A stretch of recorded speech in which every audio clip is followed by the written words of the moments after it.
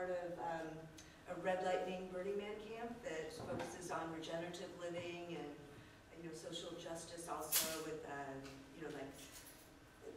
for the genders to work together better, and we want to take our skills that we had learned and presented to Burning Man and help it out at Standing Rock. So we started off, we had a team that went ahead of us, and we brought like a large white meeting dome, and our crew kind of set that up. And then I came as part of a caravan. We had about 30 people in our caravan. We had a tour bus, and we had a couple RVs and cars. And we brought along with us some social media experts, a documentary film crew that worked, that produced things for Unify. I think you might have seen some of those online, and Elevate. And so we wanted to get the message out into the world. So we brought the film crew, we brought some patrons and supporters, community builders, all part of a caravan, and we drove up. And we kind of assembled in Costa Mesa at an intertribal powwow, and we were blessed by the tribe's presence. They brought us into the center of the circle, and we danced around, and then they sent us off on our way, and they were so appreciative that people were going out to Standing Rock when they couldn't. And I was struck when I arrived at Standing Rock after a long journey through the prairies of South Dakota and North Dakota and before.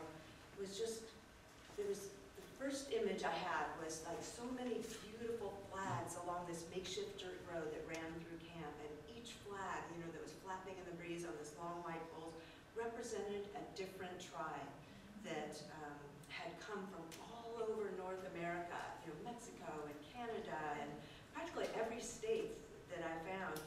Tribes members were arriving all over, and it was so beautiful just to see. And it was unprecedented. The tribes had not gathered in this way before. And just the faces of these tribal people, we saw them at the airport, we saw them at the hotels arriving in the wee hours of the morning, or just walking into camp and just greeting one another. They didn't know each other, for all these different tribes, but it was like long lost family that they were meeting, and just the sense of purpose and excitement, that was in their faces was so beautiful. And there were so many other beautiful aspects of Standing Rock. It was incredible just to see the stream of white cars, cars of like white supporters and people of color that were arriving, roof racks filled with donated things. I brought up things that people from this congregation had also supported, but just donations arriving every day, all throughout the day, people arriving and setting up camp. Just people from all over the place along with donated things. And then also, I think what also struck me as a beautiful aspect was just, it seemed like everyone who arrived had such like love in their hearts and a sense of purpose and service. People wanted to do good and to give to people. And as soon as people arrived, they just asked, what can we do? What can we do to help? And so here was this amazing world filled with people asking what they could do to help and how they could help other people. And there was like a constant hum of building and sawing and wood splitting, that quickly became like the white background noise of what's at East Cohen camp, that was one of the camps of Standing Rock. I remember one time where a native elder, there was like a flu going around, and his tent, he had kept on adding more and more people to his tent, and he just needed a quiet place to rest. And his tent was, and this other tent was like a garage stuffed with all kinds of, stovepipes and greasy tools and metal pieces. It was just like a nightmare. And he asked if we would please empty out that so that he could, have a quiet place to rest. And this other woman and I, we kind of looked at each other and thought, this is impossible. How are we going to do that? And so we quickly, we noticed like a hilltop that's called Media Hill, where it's the only place where you get reception, kind of. So we called up like, we need volunteers, and people pocketed their devices in a flash, which doesn't happen all too often, and came running down the hill, and we formed this huge bucket brigade that started started with people in, at that garage-like tent, all the way to a storage container, and quickly, well, 2.5 hours, we emptied, all that tent. So, and the native elder was so pleased. Now he had a quiet place where he could, set up his bed and wood stove and rest. So it's just amazing. You ask for something and people come running. And even afterwards, I thanked everyone who came to help us, and they in turn said, no, thank you for asking us to help. What a beautiful world where people are just so ready to help and will drop what they're doing and come and help out. Yeah, that was so nice. And also, you didn't want for anything. If you needed warm clothes, they had huge, army green tents that were filled with neat racks of clothes that people, like from Thousand Oaks and all over the country, had sent along with others to the camps. And there was neat rows of boots and shoes and big buckets of granola bars and whatever you wanted, sleeping bags, tents, were there. So you could just, whatever you needed, it was there. A world of plenty. And food too. Then there's constantly people sorting all the donations that arrived all the time, just a buzz of people. And it was just like such love that you felt in all the donations that kept on coming. Love from people like around here that had, sent those so that people in Oseti Shikoan Camp or Rosebud Camp or Sacred Stone Camp, any of the other camps would be, warm, clothed, and fed. I remember one time going to see if I had a little extra time and I wanted to see if I could volunteer in the kitchen. So they had like 7 army tent kitchens, at least 7, probably more, spread out with pantries filled with brimming food. But I went to see if I could help with meal preparation. And I walked in and it was, the wood stoves were pumping and the tables were crowded, shoulder to shoulder with people like cutting onions, stuffing eggs, peeling potatoes, stirring pots. It was stuff. And there was not even room for me to come in and wiggle in to find a spot. They were apologized. They didn't have something, space for me to help out. But it's just that spirit. What a beautiful world where people come and are helping out and volunteering, like that. It seems, and everyone was always asking, what do you need? What do you need? And helping out. So it helped me see what is possible. It's like the best and the greatest, the highest potential of human beings. I think I saw at Oseti Shikoan Camp and the other camps in Standing Rock. Just such, all the beauty of that human beings possessed was on the outside. You could see it in actions and words. It was amazing.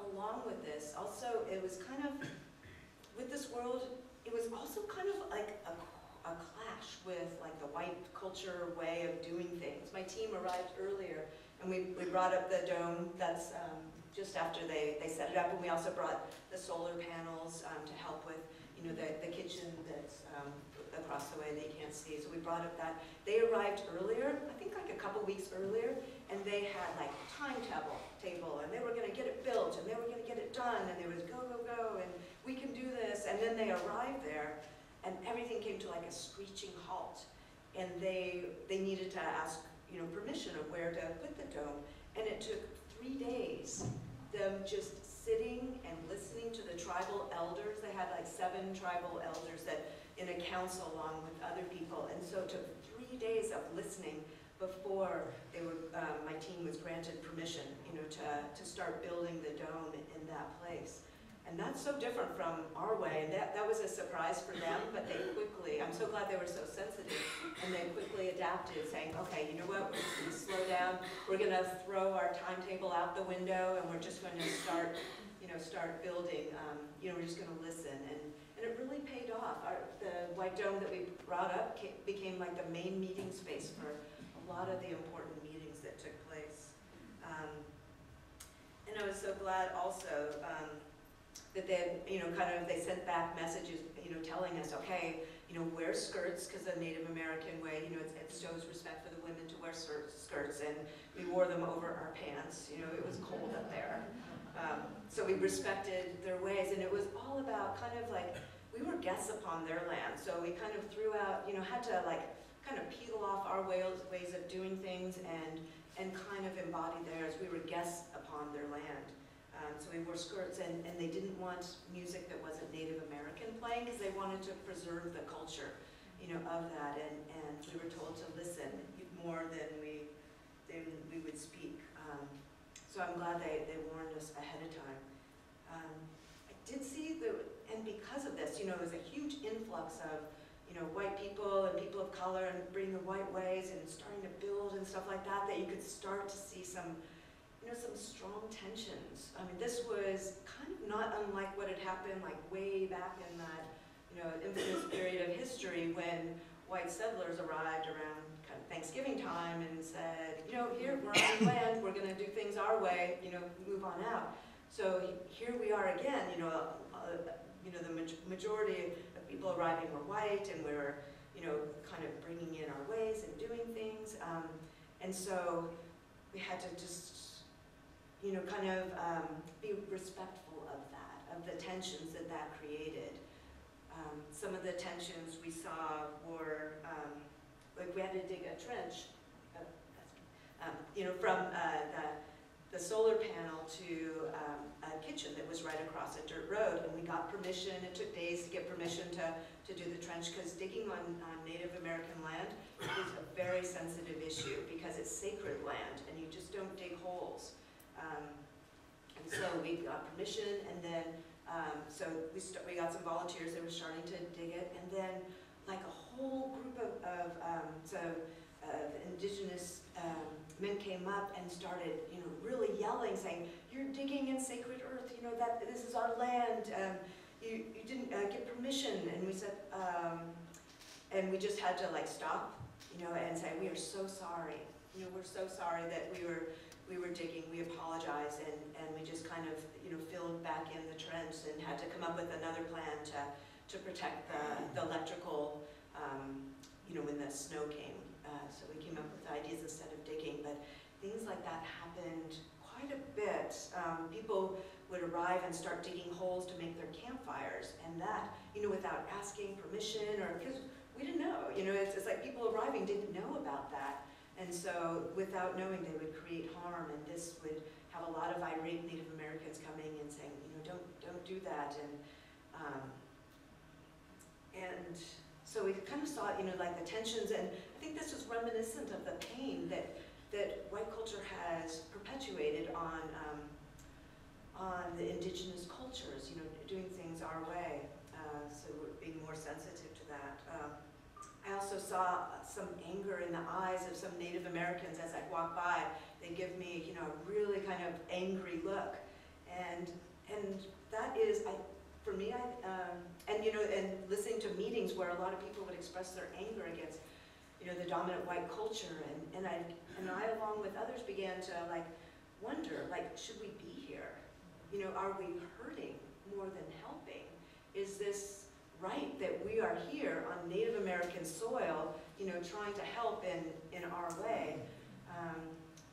And that made me take it back, and a lot of us, kind of talking about that, and then we kept on attending meetings, and in the meetings, I kind of got that, I think a real benefit of people with white skin arriving there is also to be like surrogates for the pain that Native Americans have experienced, both, handed down from their ancestors, as well as pain that they experienced, in everyday life.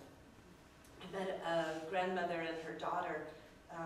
They were doing like this evacuation drill, and grandmother and her daughter were kind of lost. They had just arrived from Canada. They came from, I forget what tribe they were from. They came with their family,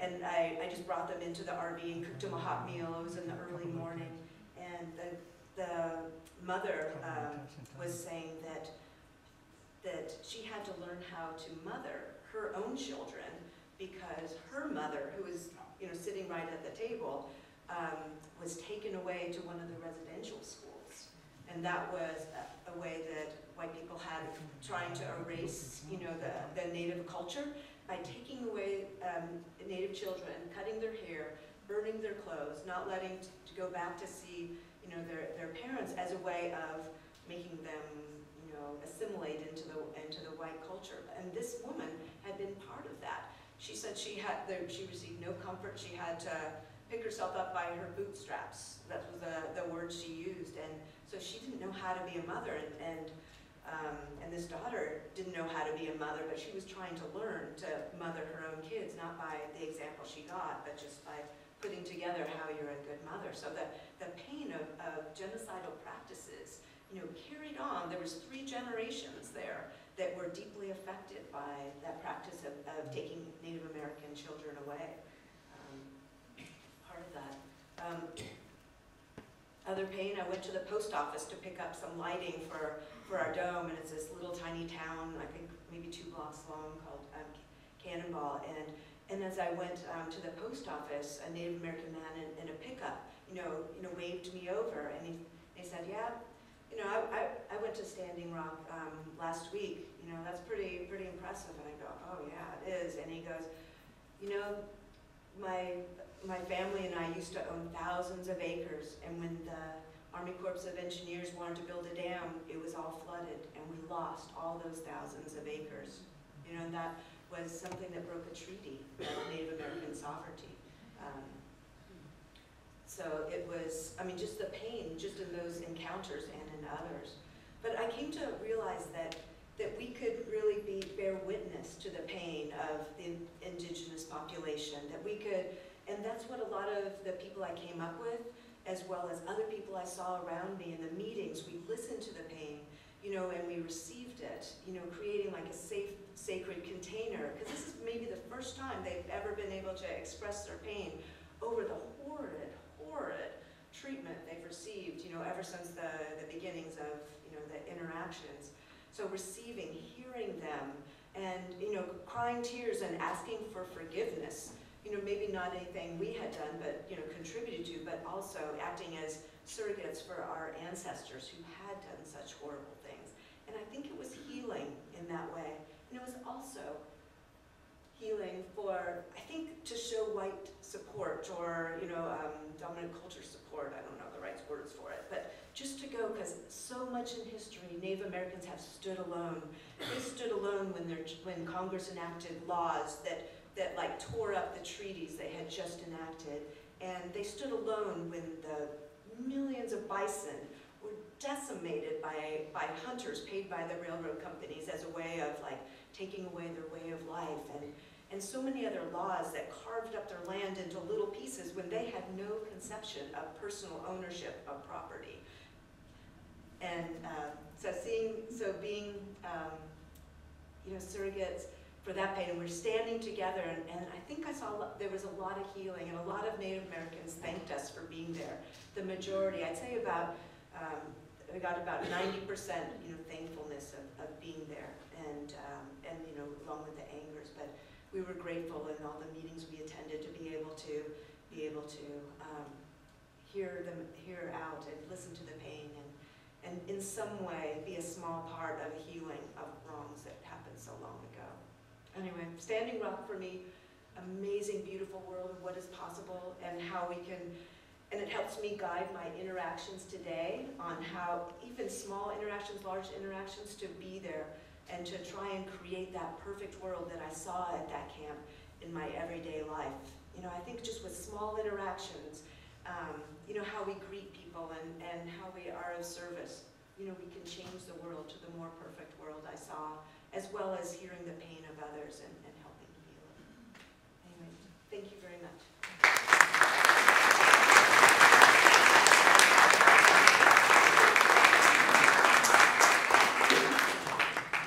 Hello, everybody. My name is Willie Lubka. I am a resident of Thousand Oaks. I own and operate a small business. I'm a member of the church that meets in this room every Sunday. And I'm not an expert on the Dakota Access Pipe Line or on the Sioux. I'm just here to be a witness. I was at Standing Rock on Sunday of the past week as part of a huge Interfaith Day of Prayer that was called by the chief there. And so on Saturday of last week, my niece Lubka and I drove from Fargo to Bismarck, and early Sunday morning we drove to the camp, and I left that evening about 5 o'clock, so I was there for the better part of the day.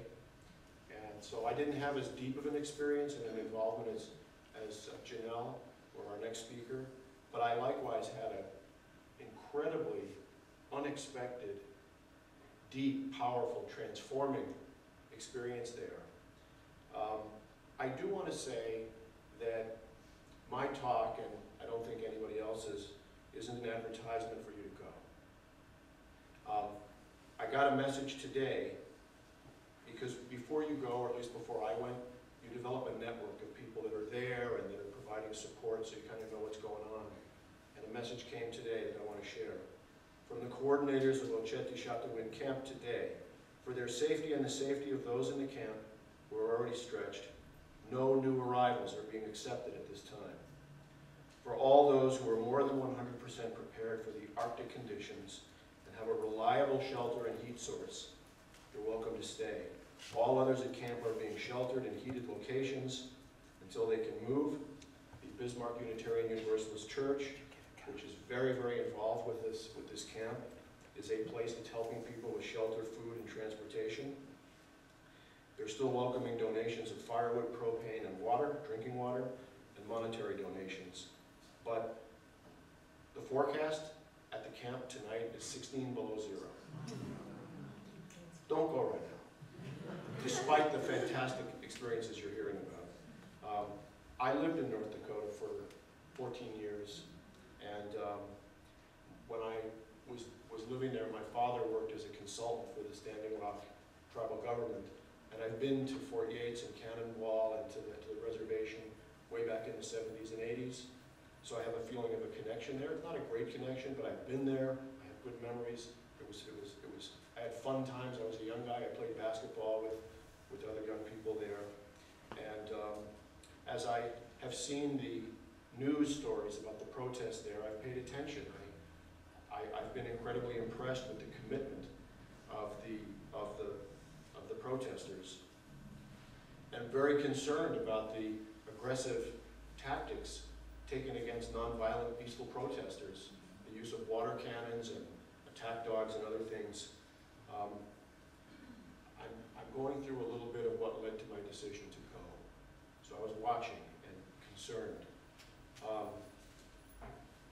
And then we had the election.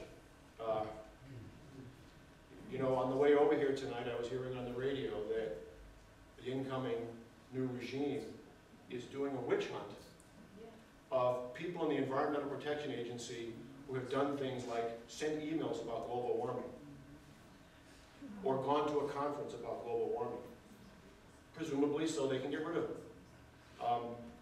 Wow. So I've been very discouraged. I've been disheartened. I've been, for the first time in my life, ignoring the news. I turned it on for 5 minutes, just like, oh my God. Click. First time in my life. But we can't stay there. We've got to come out of it. And so my faith community, the Unitarian Universalists, are very, very committed to solidarity with the native people at Standing Rock. I've heard the message.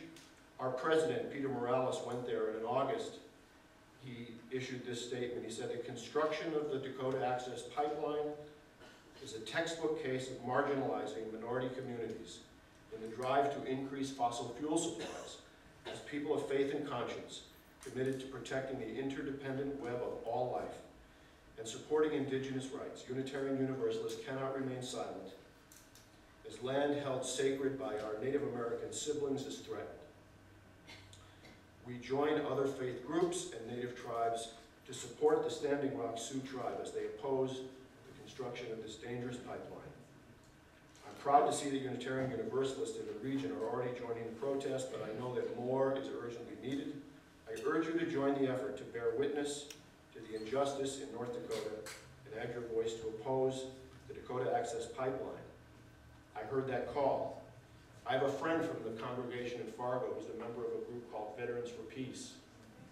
They were part of the huge influx of veterans that happened on the day I was there.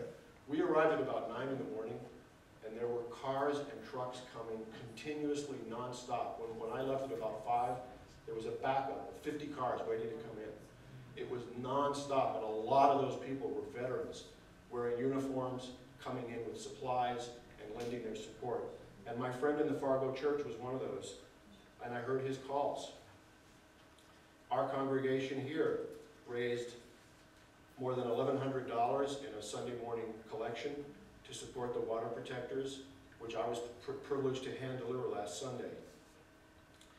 So I decided I needed to go there myself, to witness what's happening, and to be present, to offer solidarity. So let me share with you a few things that I expected, and then what was real. I expected it to be cold. That part, I was right. Luckily, I had lived in North Dakota, and I had the gear. I had to dig it out of my garage, because I don't need it here, but I was ready for the cold. I expected to see a camp that was much smaller and vulnerable. You know, I had these fears. There had been announcements about threats that you have to clear out, and I thought, my God, what if they come with bulldozers and just, you know, that's not going to happen. This camp is 5 acres. There are thousands of people. It's unbelievably dug in and well managed. I had no idea. When I drove up, it was breathtaking. It's out in the middle of nowhere. There are kitchens, toilets, garbage removal, medical services, press credentialing. There's security. You can't get in without being interviewed. You were interviewed twice and given the rules.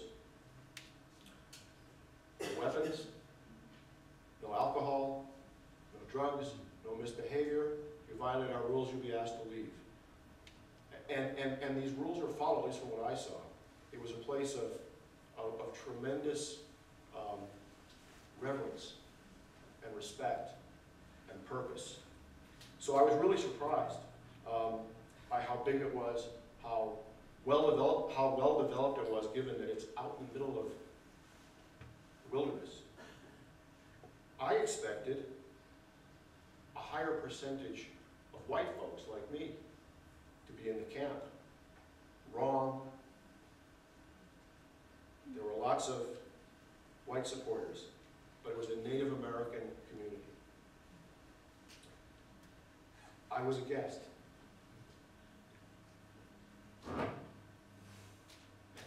Bear with me.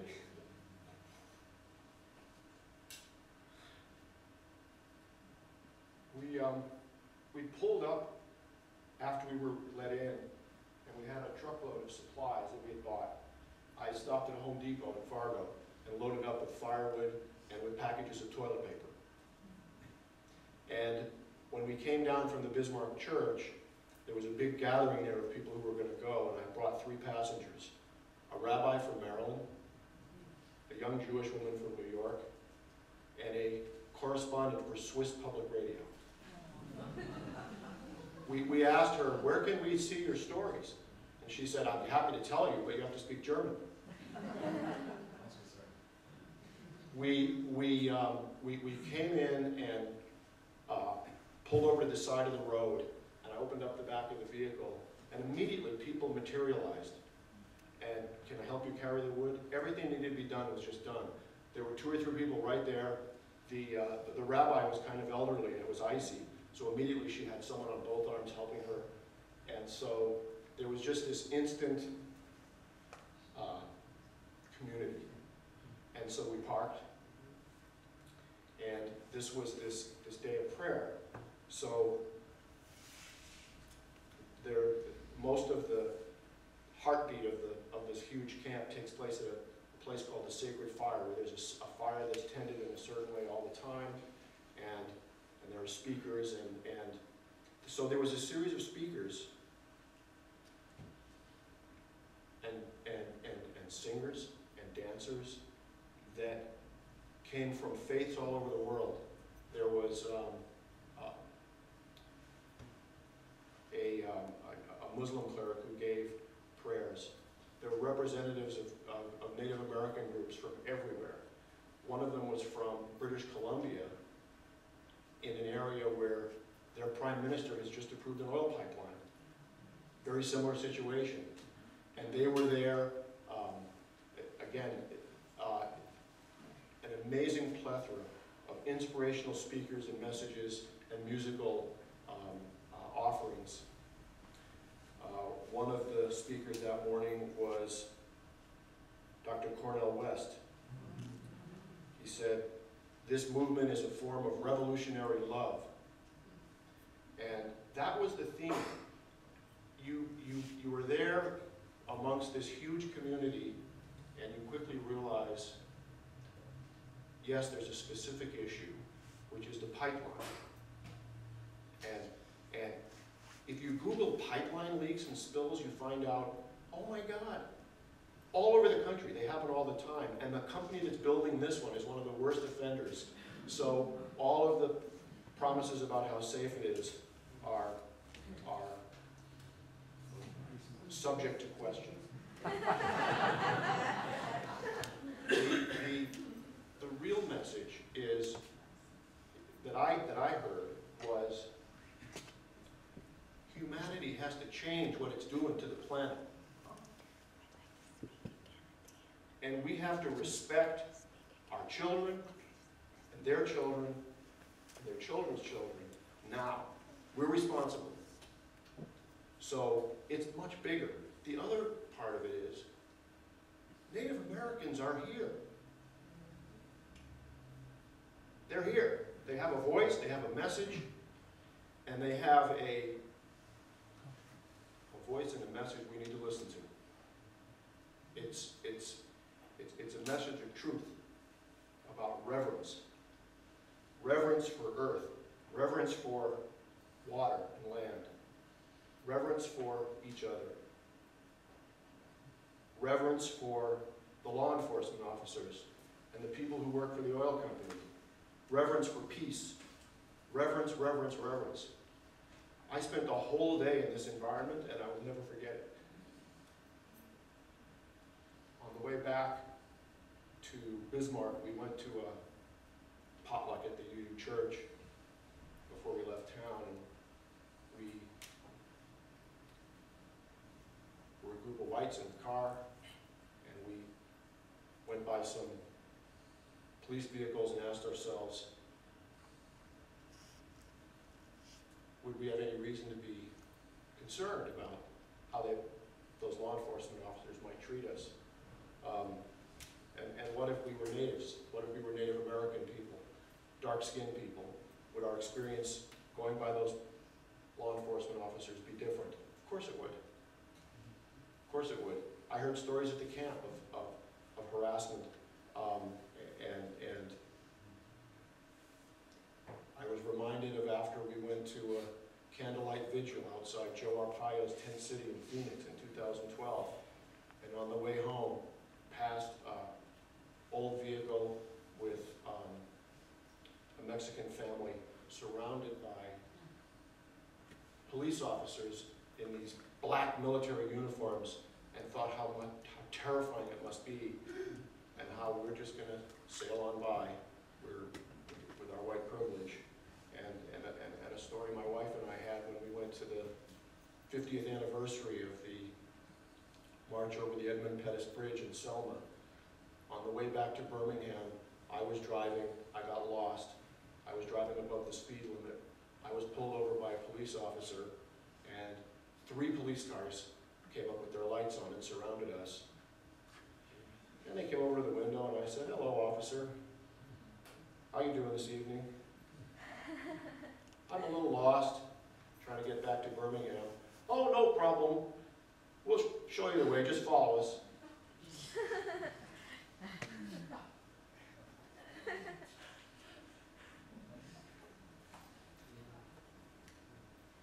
I am still dealing with deep, deep fear, disappointment, and despair about the direction our country is going to be going into the next few years.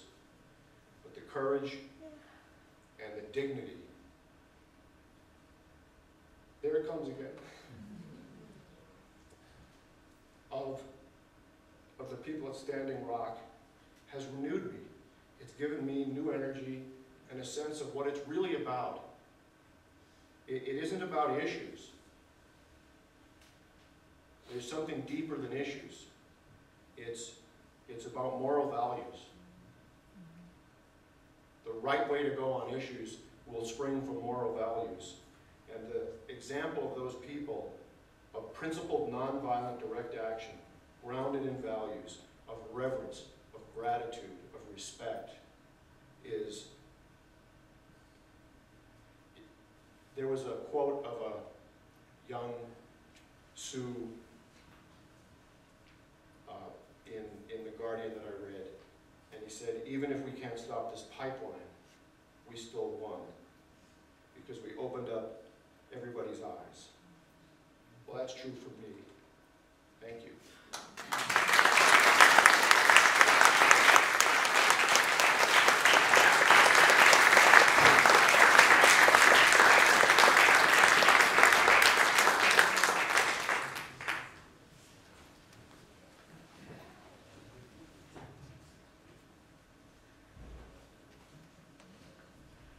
Hi, my name is Tim Nafziger, and I'm here with kind of two hats on. Gordon mentioned both of those. I was at Standing Rock with Christian Peacemaker Teams, which does social change work and nonviolent direct action around the world, in the West Bank, in Iraqi Kurdistan, in Colombia, and working with indigenous people solidarity on this continent. And that was part of what led me there in terms of being able to be part of a team that brought some continuity to the work there. And I can talk more about that later. I'm also here with the group Showing Up for Racial Justice, which is here in Ventura County, and really pleased to be co-sponsoring this event. And at the end, I'll talk a little bit more about how I see that work as flowing out of what I saw at Standing Rock. But I just wanted to see a show of hands from those of you who have been to a Surge meeting. Just raise your hands so you can look around the room. If you want to find out more about Showing Up for Racial Justice during the reception, you can talk with one of those folks. And we do education, particularly for white people in Ventura County areas, and have worked really closely with this church's racial justice group and a number of members who are part of both. So it's great to follow Jannelle and Willie, particularly because it allows me to focus a little bit more. And I just want to highlight two of the pieces that they talked about that really were important for me. I think Jannelle spoke beautifully to the life of the camp and what that means and the impact it has on those of us who were there. And Willie, I particularly appreciated your tears because those were part of my experience there. That's not the space I find myself in tonight, or maybe I will. But during the week, that was one of the messages I found again and again was this, what does it look like to drop into my heart space? Especially as a straight white man, I'm really taught about reasoning, that we're taught certain things, don't cry, those kind of things. And from the very beginning there was an invitation to be part of that decolonization work that both of you touched on so powerfully. So with that in mind, I do want to also mention the land we're on here as Chumash land. Willie, you talked about this is about listening to indigenous voices, and I think it's important to acknowledge that we're here on land that's occupied Chumash land. I live in the Ojai Valley where we have Elder Julie Tumamite, who often offers the gifts that she has in many different ways, and I know there's other elders in different places, and that is part of the work as we come back from Standing Rock, is to look at what's the struggle here, not only with pipelines like we have here, or we certainly have down in Ventura in the valley there, but also listening to indigenous voices here.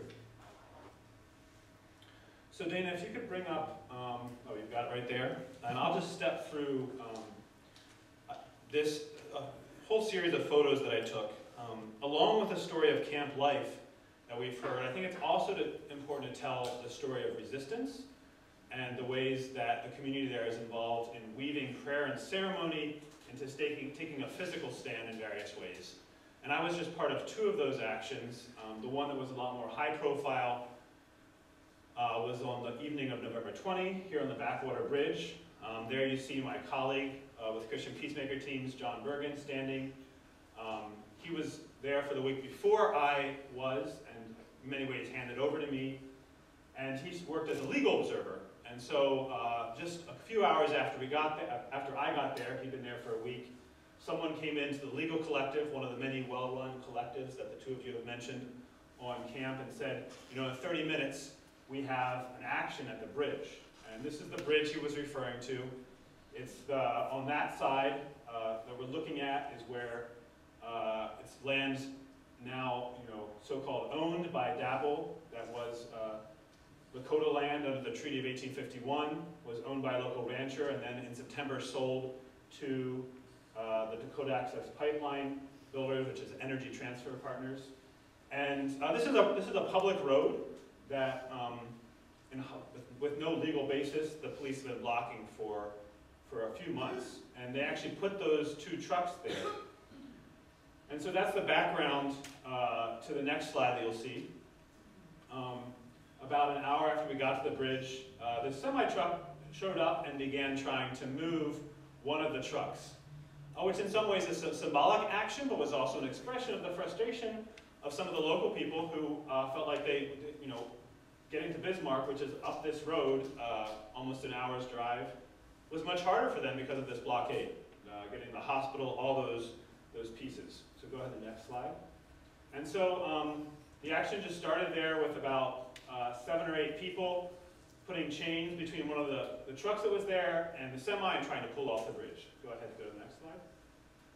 And within a few minutes of the first, what happened there, you see the tear gas being thrown. This is a group of 10 people, and there's a big police with razor wire, yet this is the kind of response they received. And you can see John there in the foreground again. Now, if you can just show the video, Dana, I want to see if that works. So just X out of that and click on that video. This is, you can actually, I want to show this because you can actually see a tear gas canister rolling down the hill here. Yeah. And we're going to watch that tear gas canister over the next couple of photos I took, and it's particularly important because the police claimed that when they brought the fire hoses later, that they were doing that to put out fires that the water protectors have started. And what you'll see in my photos is, in fact, it's their tear gas canisters that started those fires.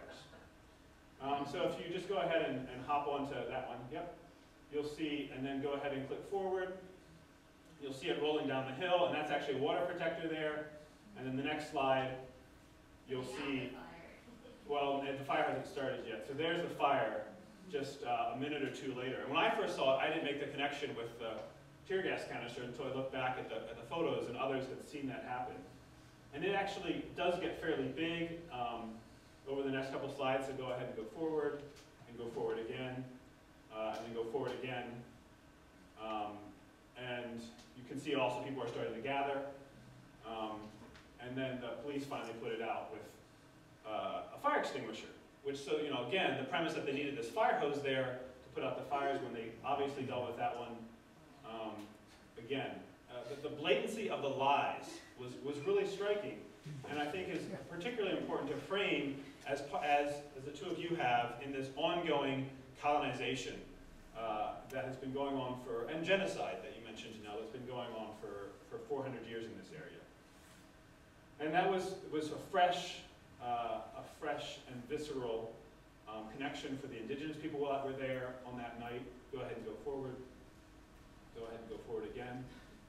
And so as the police escalated, people went into the camp and said, come to the bridge. I didn't see that myself because I was there already, but that's what I heard. You can go ahead and go forward. And so you can see the truck making more attempts to pull here. The rest of the truck is in the middle of the bridge. Go ahead and go forward. And more tear gas, flashbangs, which are basically concussion grenades that go off up in the sky, which played a role many hours later in the injury of a young woman. Go ahead and go forward. So then the semi did pull one of the rest of the trucks off, and more people began to gather, standing against the police violence that was going on. Go ahead and go forward. You can see we saw about 14 or 15 police cars show up, and you can see in the distance there the riot police behind their razor wire and blockades. Go ahead and go colleague again, John. And there's another fire is about to be started by that tear gas canister you can see there, and you can see the rows of police. And what was remarkable to me, go ahead and go forward, was in fact the discipline. I mean, this was not an action that was planned by the community. It was a handful of people that started moving the truck, but that people just stood there. Go ahead and go forward. Go ahead and go forward. Another fire started, and one more. And stood there on the bridge in defiance of this violence. The only thing I saw during that time was people throwing tear gas canisters back, which, that's often happens when people are frustrated by seeing this kind of thing. But besides that, people were just standing there, and police again and again go forward. You can see the live stream that people were doing on Facebook. Go ahead and go forward again. People watching in this very cold weather. And next slide. Next slide. This is the truck that was then left eventually. Go ahead and go forward. And they brought the hoses. This is just an hour after, hour and a half after 5 o'clock when things started. And just spraying down the crowd. And a lot of us have already seen these images, but for me, this is the record that I took on that evening, and so it's, this is what I saw. Go forward. Another shot of the same actions. And these are just some massive clouds of tear gas, and also, I think there also was another fire there set by the tear gas canisters. It's hard to tell the difference. Go forward. And there the line of riot cops getting longer. And there would be this, people coming back, their faces filled with tears from the tear gas. And I tried to be very careful on what I took photos of, so I didn't take photos of people vomiting over the bridge and the kind of difficulty that people were experiencing. Go ahead and go forward. And this is later in the camp. There was 200 people treated by the Medic Collective and 20 people transported by hospital.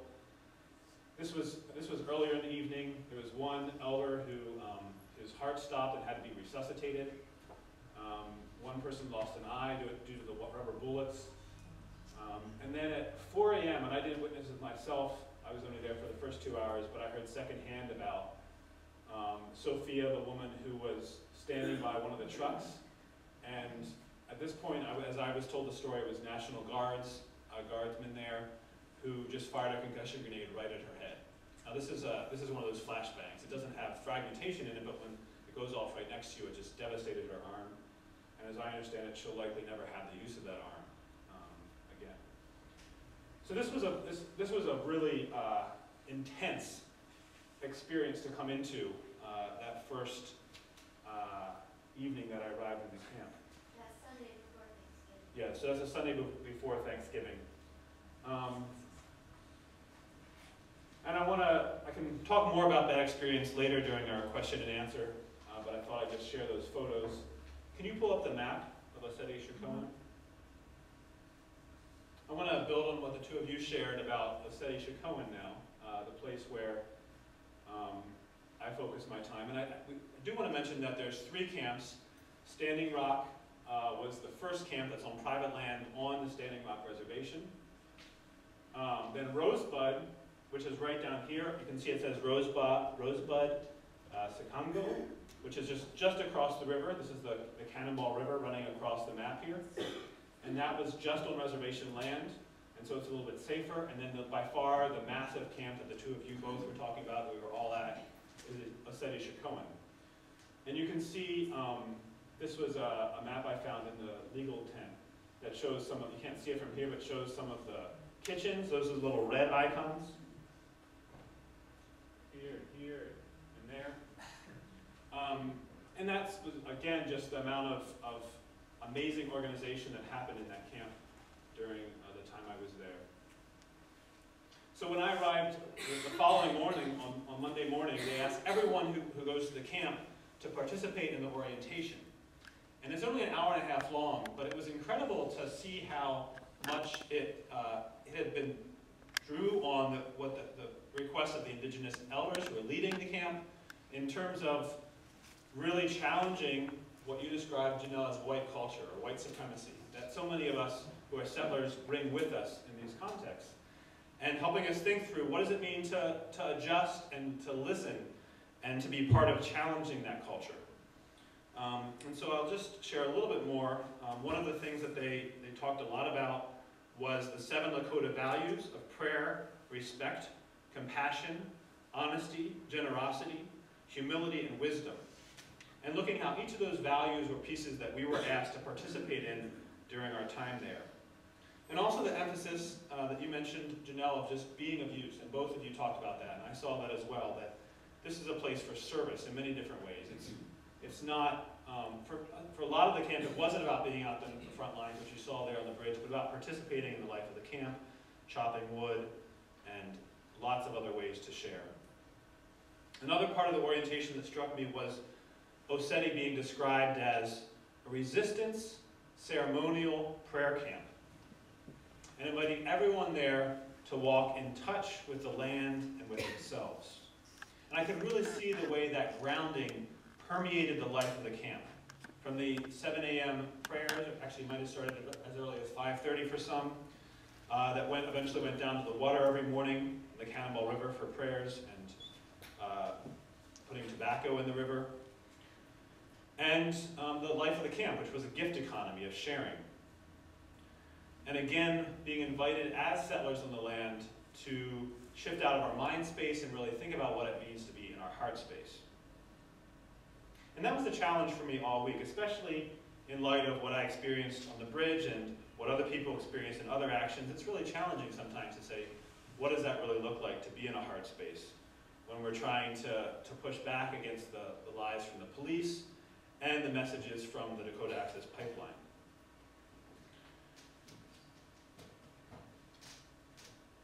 And so, just bear with me 1 minute here. Throughout the week, there was a number of different moments for me of noticing that. And one of those I'll share about was on Thursday morning, so this is Thanksgiving morning, in which for the camp and for the indigenous people there was, for many people, a time of mourning and recognizing the way that Thanksgiving romanticizes the settler conquest of this land. At the same time, there was also that evening feasting. It was almost like a wake in some ways. We came together to share food, but it wasn't about the holiday that many of the rest of us were celebrating, and that's something I'll remember for the rest of my life, the way to be in that camp at that time. Another part of that was being part of an action that you saw in the first round of slides that went on to Turtle Island and did prayer and ceremony in the land owned by the Dakota Access Pipe Line. But the story I want to share comes from that morning in that dome that Red Lightning set up.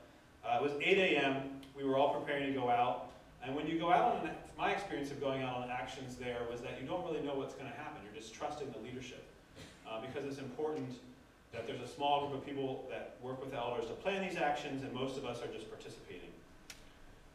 And so we were preparing for that, and there was one of the organizers shared a really beautiful challenge to all of us to recognize and love the police, which is a hard thing to do in a situation like that. To recognize that they were lost, that they too could be redeemed, and that message was framed from an indigenous viewpoint and really listening to the call of Mother Earth, which was, for me, something that had echoes. I mean, I've been part of a lot, as an activist, been part of a lot of different movements for social justice, but I have not seen a mass movement so grounded in spirituality and prayer.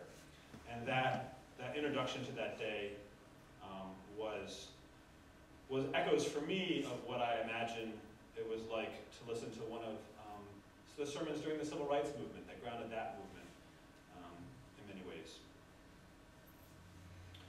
And then one more story I'll share was actually on a plane home. I was sitting next to 2 young men who I discovered had also been at the camp from San Francisco.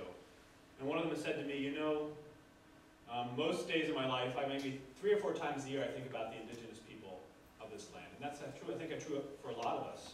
Indigenous people have been invisibilized in so many ways. But he said this week completely changed that for me. And rather than waking up in the morning thinking, what am I going to do today? I was thinking, how am I going to serve today? And if there's anything I hope that you take away from this evening, it's the impact that the study of Cohen had on each of us, and challenging us to go deeper in thinking about the challenge for us, and thinking about racial justice, thinking about white supremacy, and how we can each be part of challenging colonization.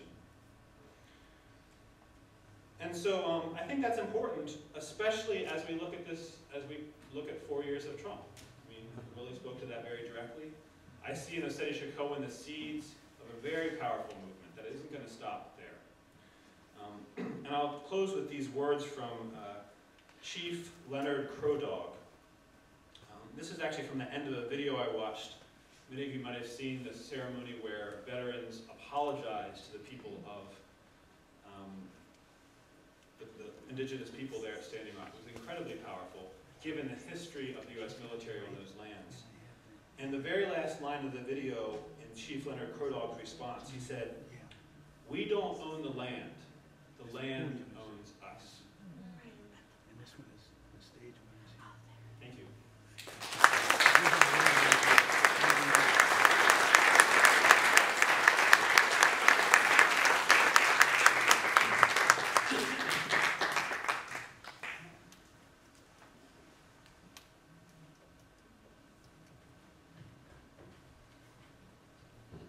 You need to refocus that camera.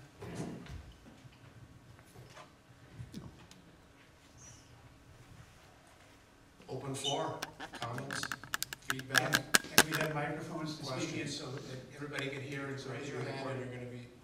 you're gonna be called on to speak, wait for the mic so everyone can hear, okay? I have a question. Two things. One is, I'm going to speak to Tim, who he and I, well, a whole group of 100 of us were in Westlake protesting at G4S, which is a multinational firm, had some of the security forces there.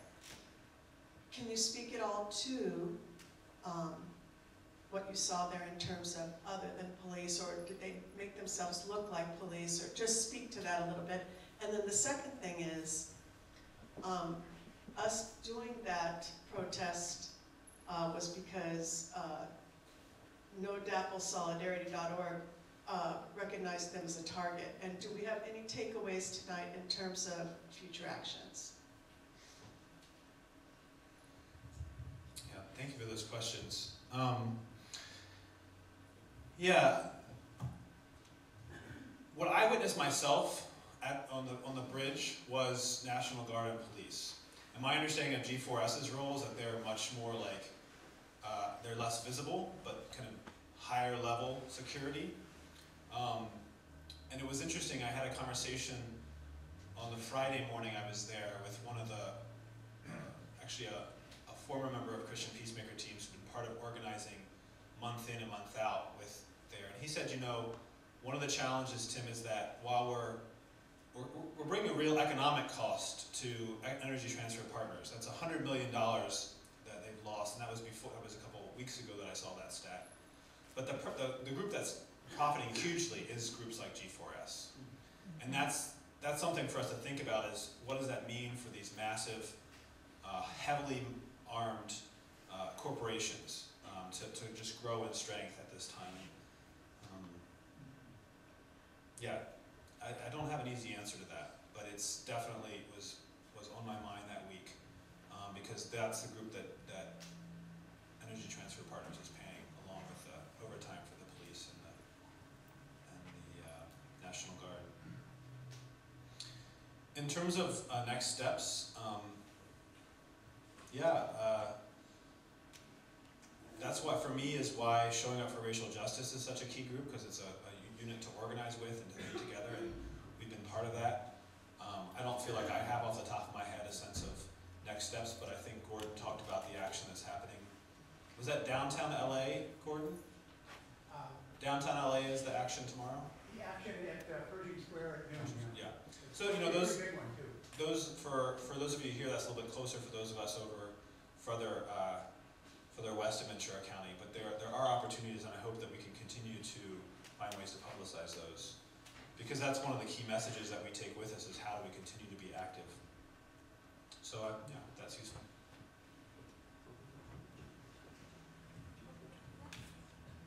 Can you explain the recent victory, and while you were there, were you anticipating it, and do you think it is a victory, or what do you think will happen next? The announcement by the Corps of Engineers that the approval for the drilling to continue had been denied or postponed occurred while I was there. It was a very interesting reaction because it was a cause of great celebration. You might have seen videos of what was going on. I was there. It was amazing. There was this great sense of having accomplished something, of the power of the people being heard. At the same time, a lot of, well, we've been lied to so many times, we can't trust it.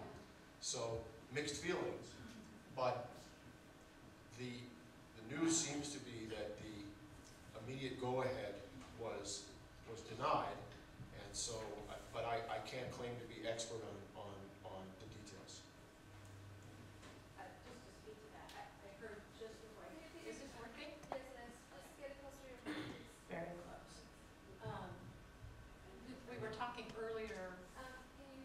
very close, about how lands have been flooded and people have lost their lands. I heard earlier today the Army Corps is willing to flood that land to keep them from drilling. So that's an interesting twist I heard just hours before I came in here. And they do have seismic equipment on the ground listening. So if they do start to drill, they can hear. So there are little bits that are falling in our favor. Hi, I'm Trudy. This is my daughter Katrina. We went to North Dakota probably 3 or 4 weeks before you all got there. I just wanted to know if you could maybe speak on how you felt about what was happening to everybody as far as First Amendment rights. When I got into camp, my phone just drained and then went to 0.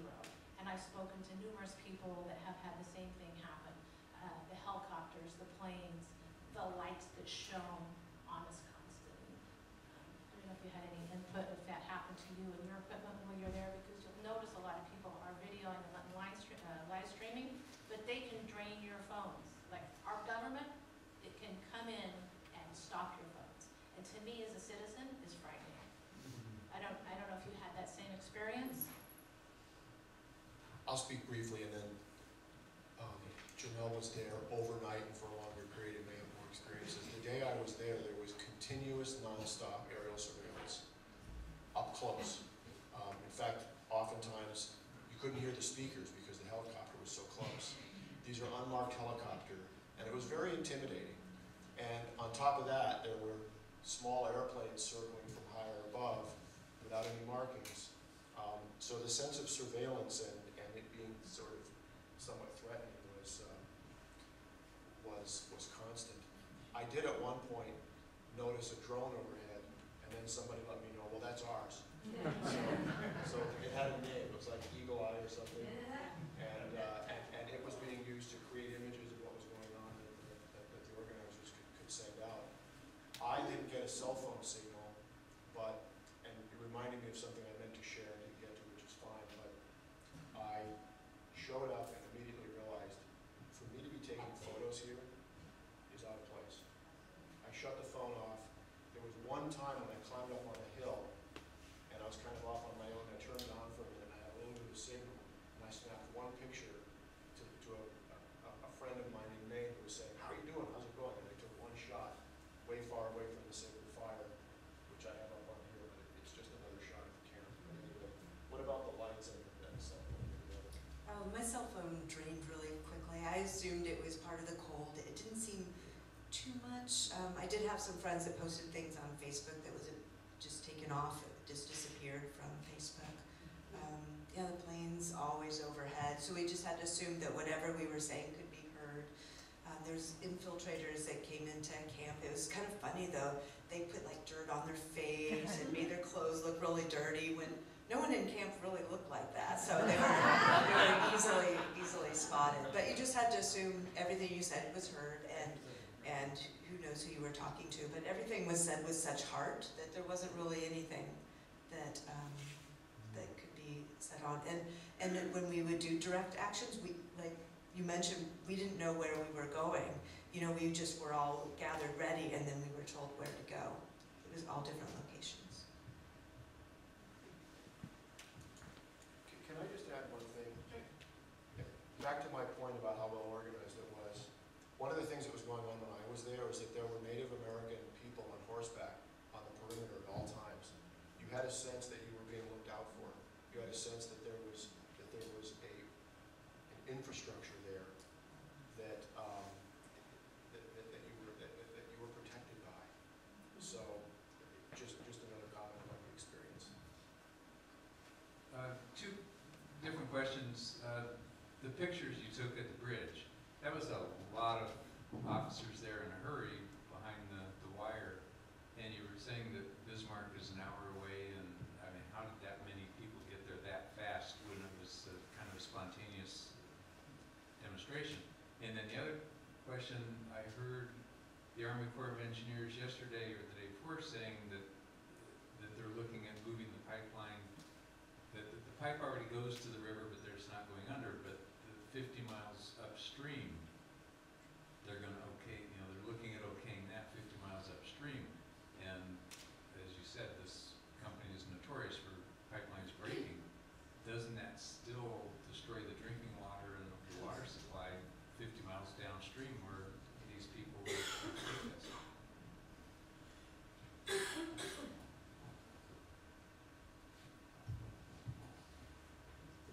Yeah, I thought the same thing when I saw these, like 5 minutes after we were there, the police come over the hill. I think they must have a space where there's a lot of, they have a continuous presence somewhere in the central there because they were trying to respond quickly to things that come up. To speak to a little bit more to the easement, I mean, it seems pretty clear from the Army Corps of Engineers that they're just denying this specific one for now, and then they're going to do an environmental assessment, and that their phrasing is rerouting. So I think that's a very real possibility that doesn't in any way address the deeper issues that this movement's trying to challenge. I also wanted to mention the Indigenous Peoples Power Project. And every day at 2 in the afternoon, they offered nonviolent direct action training for people in the camp. When I was, the one I went to had like 300 or 400 people there. And it was amazing to be part of a role play looking at how to move as a group with 300 or 400 people. And many of us have heard the story, we know the story of Rosa Parks and the civil rights movement. And hopefully many of us also know that that wasn't the beginning. There was decades of work of training. And I think it's also important to remember the same thing is true for this movement, that groups like the Indigenous Peoples Power Movement have for decades been training, for 15 years in their case, been training and doing trainings in indigenous communities. And then I also wanted to speak to the free speech issue. I think there's always a balance of paranoia and openness that you spoke to, Jannelle, of how to move in that space. And my experience of the organizers there was really trying to balance that. On the Friday after Thanksgiving, so-called Black Friday, there was an action at Bismarck Mall that a couple of friends of mine were part of. And that, in terms of chilling, it was just very brutal response from the police. They were just doing a prayer circle outside Target. It was really kind of a flash mob thing. They showed up to the mall. It was clear the police knew about it. There was groups of police going around with zip ties on them. And they were standing there in front of Target, didn't even begin praying when the mall manager came up and said, "You can't have religious ceremony here." And then the way my friend described it, they just immediately began grabbing people. The Christian Peacemaker team's alumni I spoke to that morning uses crutches to get around. The police knocked the crutches out from underneath him. A friend of mine who's a man of color was there with his wife who's white and 3 other white people, and he was grabbed. Again, this targeting of women, people of color, people with disabilities by the police. 33 people were arrested, and my friend felt like she got out the door just barely without getting arrested there. So that kind of response is where is some of the most disturbing thing that we saw, and the fact that those police officers were fully supported by the people of Bismarck. Now, not everyone there. You mentioned the Universalist Unitarian Fellowship, but the Saturday before I left, so the day before I left, there was a big march on the bridge there that was the front page of the Bismarck News, just supporting the police. Hundreds of people coming out to say, yes, we support this brutality. And that's the history there that we also have to deal with as white people.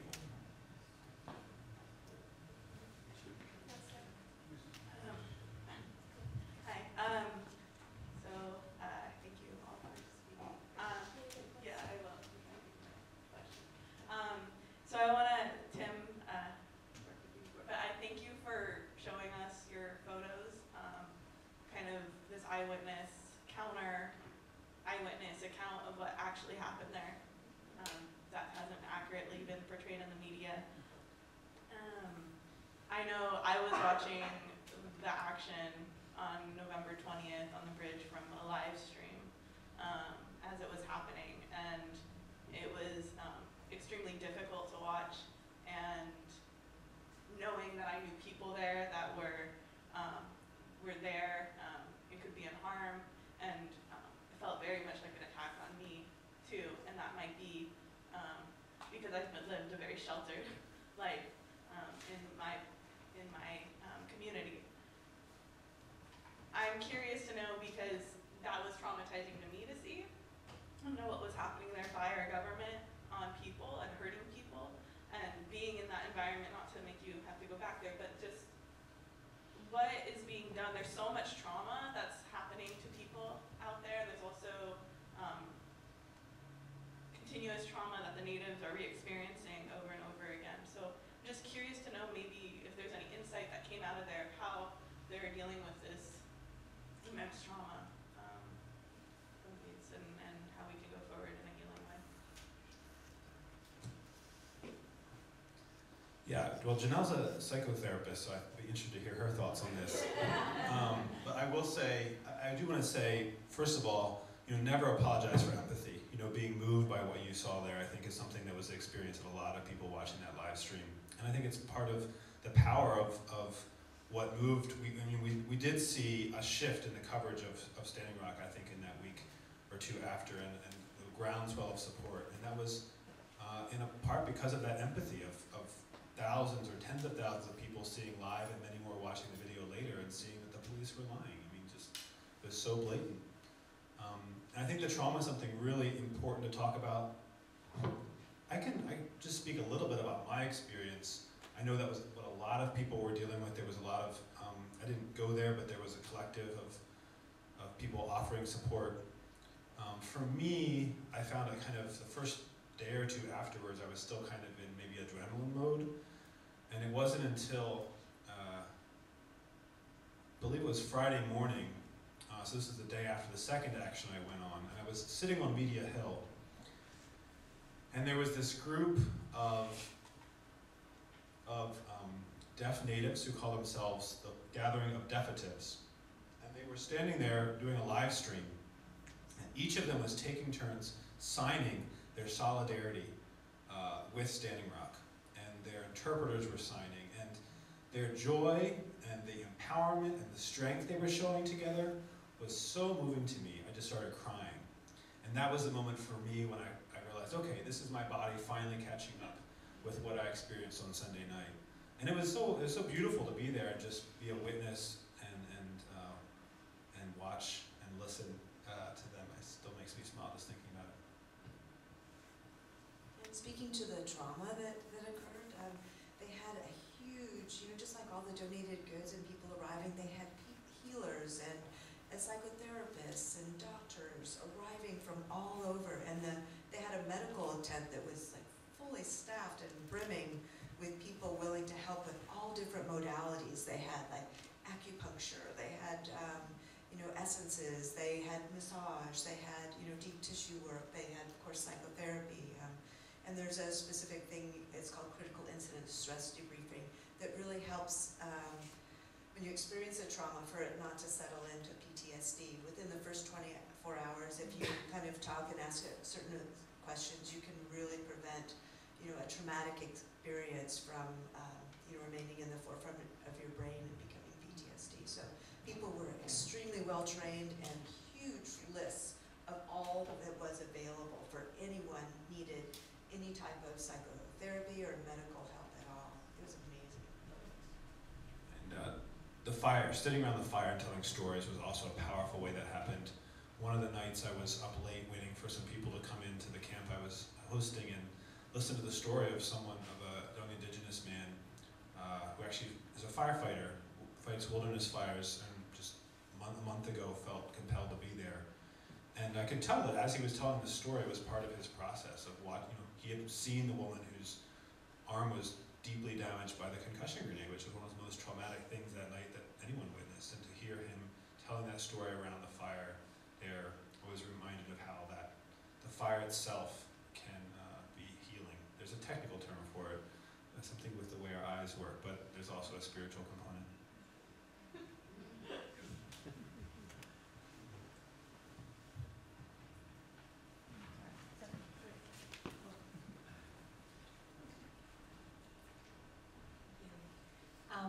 So I want to make a comment first, and then I have a question. And the comment is about how all three of you made me cry, in part because you all reminded me of a lot of social activist training that I did in my 20s with Movement for a New Society. And then life took me in a different direction, being an only parent of a child and so on, and it took me into the world of the natural foods and products industry and being a nutritional consultant. And when I was a social activist, one of the difficulties I had easing into that community was that I had a very strong spiritual approach to life, and there wasn't much room for that in that community at that time. And every time I hear about Standing Rock, one of the things that always strikes my heart the deepest is how the elders always ask, first and foremost, for prayers before they ask for anything else. And I just wanted to make a note to you all that I feel like the unifying principle for all of us here is to rediscover our relationship to the land, because I currently do a lot of writing for a nutritional blogger who's out of the Midwest, and a lot of her community voted for Trump. But the link is that all of those people care very deeply about their children and their families and their health, and all of that goes back to the land. So I just wanted to point out that link, because in the social activist community we tend to be very involved with the environmental perspective, but I do feel like there is a whole wave in this country around people who are pursuing their health, and that health always goes back to our relationship to the land. And the question I wanted to ask was, I don't know if any of you can address this, but there was on YouTube and on Facebook, there was a video of the buffalo showing up. And I wanted to know whatever happened to that, because there was never any follow-up. Do any of you know anything about that?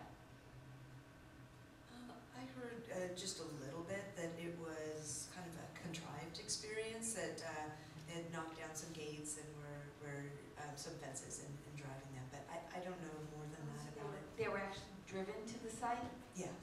Well, driven by, not in cars, but like a cattle drive. You mentioned Movement for a New Society, and I'm a bit of a geek in that area. Have any one of you heard Movement for a New Society? It's not a very well-known organization, but its impact is massive in terms of the movement today. And for Christian Peacemaker Teams, the organization I've been part of, we do a month-long training that draws on a lot of that. Affinity groups, which are a really important part of my experience on Thursday, which is basically just the idea of groups in bigger actions that make decisions together, at a unit of 8 or 9 people. Anyway, there's a lot more to say about that, but just an organization with tremendous impact that's often very underappreciated. You can Google them. The Movement for a new society started in the late 70s. George Lakey's still alive. Yeah, George Lakey, he continued Training for Change is the organization that came out of Movement for a New Society and it's still active. I have friends who are very involved with them. Hello. I want to appreciate all three of you for the depth and of insight and articulation that you gave. I'm really glad I left my previous event early to come here. I debated whether I needed to have more of this because I've been watching Democracy Now! A lot and listening to the radio, and a friend of mine also spent some time over there, and I thought, do I really need more? But I'm so glad I came. You really added some wonderful observations. Just to add to what you've shared, my friend went before the veterans gathering, but he is a veteran, and veterans are always thanked, I think, by in Native circles. And he said he was the oldest. He's a veteran of the Korean War, and so they embraced him as an elder, and he's white, and so that was kind of surprising. Let's see, 2 questions. I'm curious about the name Cannonball and what that history might be, and whether there's a different name that the local inhabitants of that area use. And then also I'm wondering if anybody has been in dialogue with our local Native Americans and what words they have to offer, or whether they have made the journey. And then an announcement. On KPFK American Indian Airwaves, Leonard Peltier's youngest daughter made a plea to everybody to ask President Obama to give her father clemency. He's been incarcerated for 40 years. The first time he met that daughter, she was 9 months old, and so she's never known him as a free person. She would like to have that opportunity. He's ill, has many illnesses, and so I'm just putting that out to everybody. She's asking us to do our part to help out her family.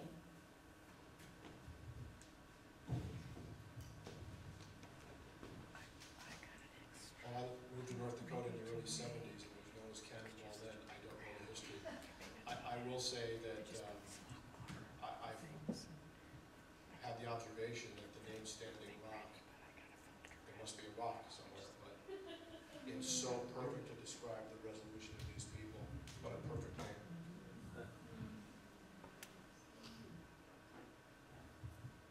The other piece of history to know about that land is the White Stone Massacre, or war, depending on who you talk to, happened in 1863, just after the Dakota War. And that was a massacre that happened in those, as I understand it, some of the sacred burial grounds just to the north of us at Issaquah are some of the people that were kind of mass graves from that encounter. And in terms of local indigenous people, I mentioned this earlier, maybe before you got here, Elder Julie Tumamite is in Ojai, where I live in the valley there, and was part of, before I left, part of 2 different events that she was part of, and leading a prayer circle there, including a fundraiser where she was just part of the conversation, very much in support of the people sitting around and leading them.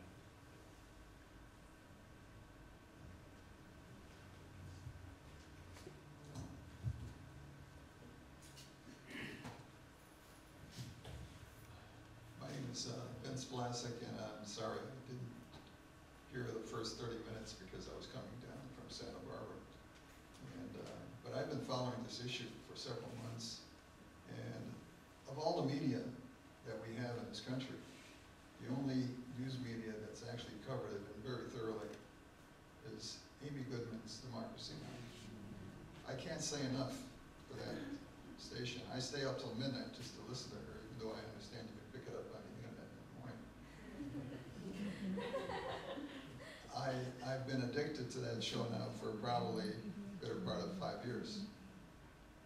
When it comes to media, I think we're really in a big hurt. The media's been criticized, and I'm talking about media universally throughout the world. Amy Goodman herself, I witnessed the action at the beginning when the police dogs, or the guard dogs, if you will, were attacking the people. And she was trying to get interviews and trying to document this whole issue.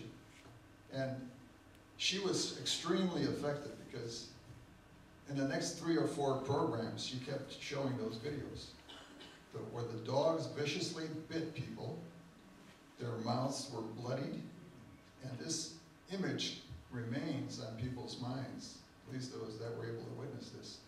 It reminded me in the 60s, and I was a teenager in the 60s, of the civil rights movement in the South, in Alabama. The same tactics: intimidation, fear, brutality. And this is the 21st century, 2016, and we reverted right back to that period. So I'm a little mystified, but I think we have to be quite diligent and aware of what is happening in our society today. Surveillance is a big factor. Drones, and I know this congregation had a big expose about it. I think that continues to be a serious threat to our freedoms and independence.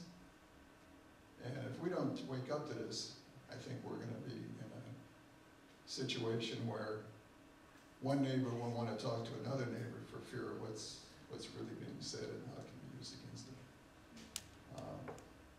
While I was up in Santa Barbara, I picked up the Santa Barbara Independent, December 8th issue, volume 31, 569, and it had a little article.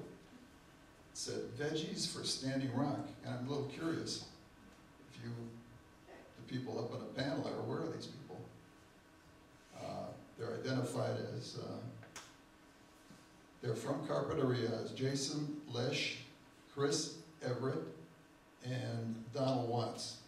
And what they did is they brought food and other provisions to the area there and spent a couple of days in the encampment and then returned back to Carpinteria. But, you know, there are other people that are engaged, I suspect, you know, across the country that we're not aware of. But just to be, you know, to make a point, I think we all need to be very diligent and very supportive of what media we still have that's willing to say something about the situation. Because CNN, MSNBC, Fox News, they give little blurts of it, you know. But the only one that actually categorically documented all this was Amy Goodman. And after being arrested, the charges, she had to come back to North Dakota to appear before the judge. And the charges were dropped, but then they were going to stick on some other charges. So it's an attack on the press. And the Indians did a magnificent job. There's no question. There's a high degree of spirituality in that congregation, or that group, society. There were over 10,000 people there from across the world, not just the United States. And I think this is something to be really proud of, to see that kind of action still taking place. And can I just jump in there? I think one of the great media publications to watch outside of the U.S. is The Guardian. Yes, absolutely. One to pay attention Absolutely. No question about that, yeah. I wanted to ask The Guardian and The Guardian and the BBC in the UK do cover US news better than American media. And the reason is they are public, The Guardian, the BBC, and not a private corporation. And I've been reading lately Greg Palast, who wrote and who did this DVD, The Best Democracy Money Can Buy.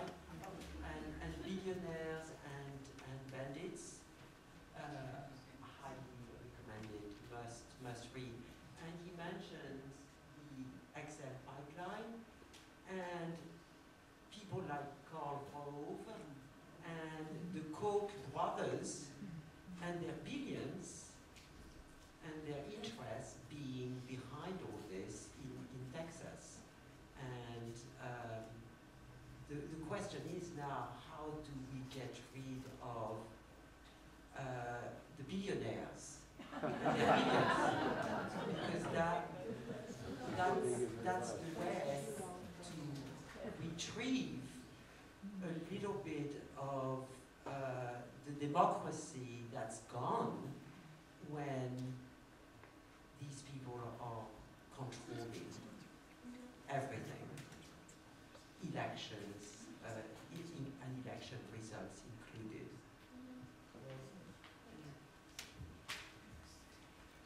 Hi, I'm Shoshana, and I have a couple questions. And for someone who asked about the Chumash here, I had been in touch with Gray Wolf over at the Chumash Interpretive Center. He went early on, and when I called to check and see if he was back, I was told by Albert, I think his name is, who was working over there, who's Chumash, that he wasn't having very good reception, like lots of people were saying, while at Standing Rock. And he was there, I believe, when the first brutality started, because he was hearing, Albert heard a little bit from him on the phone, but could barely hear him. And that's when we started seeing in the news about the dogs and things like that. So I think he was there for a couple weeks. I know I gave him some money for some food, and he was going to go to a store and buy a whole bunch of food. So different members of local tribes, I assume, probably went. A question that I have, two questions. One is that we got a lot of information through the internet, partly also asking for donations, including monetary donations. Now that a lot of people are leaving, but there are still people that are staying in the really harsh conditions, if we want to make a monetary donation, where's the best place to send that?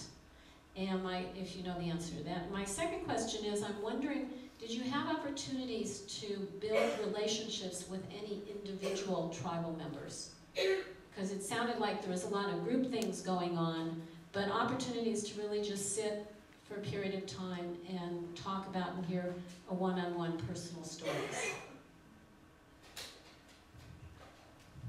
As far as the first question about the donating, you can donate. There's, I believe it's called Stand with Standing Rock, and I think that's kind of the accepted side as far as I know.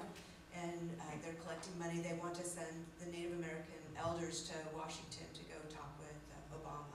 So that's their. I think they needed $30,000 to do that. I'm not sure how far they are along on that campaign, but I think Willie mentioned like propane they need still and other things like that. But Stand with Standing Rock. SetiShakoanCamp.org. It has a big black bar that says this is the main camp website, and that's another place you can donate. The support network for the water protectors is really very decentralized, and there's probably 10 more places or 20 more places that you could donate to support them that are all legit. And it might be, depending on what you're interested in, you might be willing to support one thing or another. So it's amazing how many social media sites there are for different groups that are supporting them in one way or another. We gave to the Ocheni Shakawan, and the Unitarian Universalist minister in Bismarck is working very closely with them, so we knew where the money was going. Interestingly enough, I tried to find someone at the camp to give it to, and everybody was like, no, not me, I don't take the money. And so I gave it to her. But, so there's not a pat answer to the one place to give the money. And there were a lot of relationships built, I think, like the Native American grandmother and her daughter, that came in and, conversations. But yeah, there was a lot of connections made, a lot of stories heard. I was helping with the thanks receiving meal that we were doing on the Thursday, and like a young guy that was from representing his tribe from Santa Barbara, was in the line. So I got to talk with him briefly, but people who were there for longer had more connections. We were working with some of the camp leaders that we got to know a little bit better. So it all depends, but a lot of connections were possible and made. And in terms of ways to support the movement, I do want to mention Mississippi Standing. Have any of you heard of Mississippi Standing? And that's where there's continued direct action in Iowa. That's doing blockades and lockdowns, and not as high profile as Standing Rock, but also a very important movement. And they're just this week, there's a couple of people arrested in some of those actions, so they're very much looking for jail bonds, that kind of support. So Mississippi Standing is not at Standing Rock, but it's definitely part of that broader movement. How about one more? There's a gentleman back here. He wants to make an additional comment. My question to you is, did you have any contact with the Veterans for Peace there? And if you did, what was it like? And the other thing is, I want to mention that I learned that one of the movements for the veterans was actually started by Richard Clark Jr., who was the son of General Richard Clark, who was the commander of the European forces and also a former presidential candidate. My father lives in Fargo. He's a long-term member of Veterans for Peace. He's 90, so he couldn't make it up to the camp, but I'm friends with members there locally, and they were present. They had a huge banner, Veterans for Peace.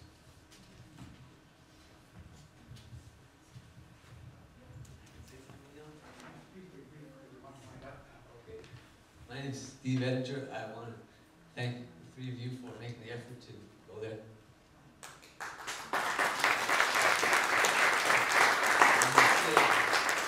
I'll say a couple things. I do not agree with a lot of the stuff that I heard here. I believe that I hate that program, Democracy Now! I don't have time to tell you why, but I believe that they mix good ideas with bad ideas, and put it all together doesn't make any sense. Now, you think that's bad. I've been trying to convince people for the last 2 years to pay a voluntary tax to the government of Nicaragua. I haven't even been able to convince my own parents to pay it. But if you're curious to know what that's about, you can ask me afterwards.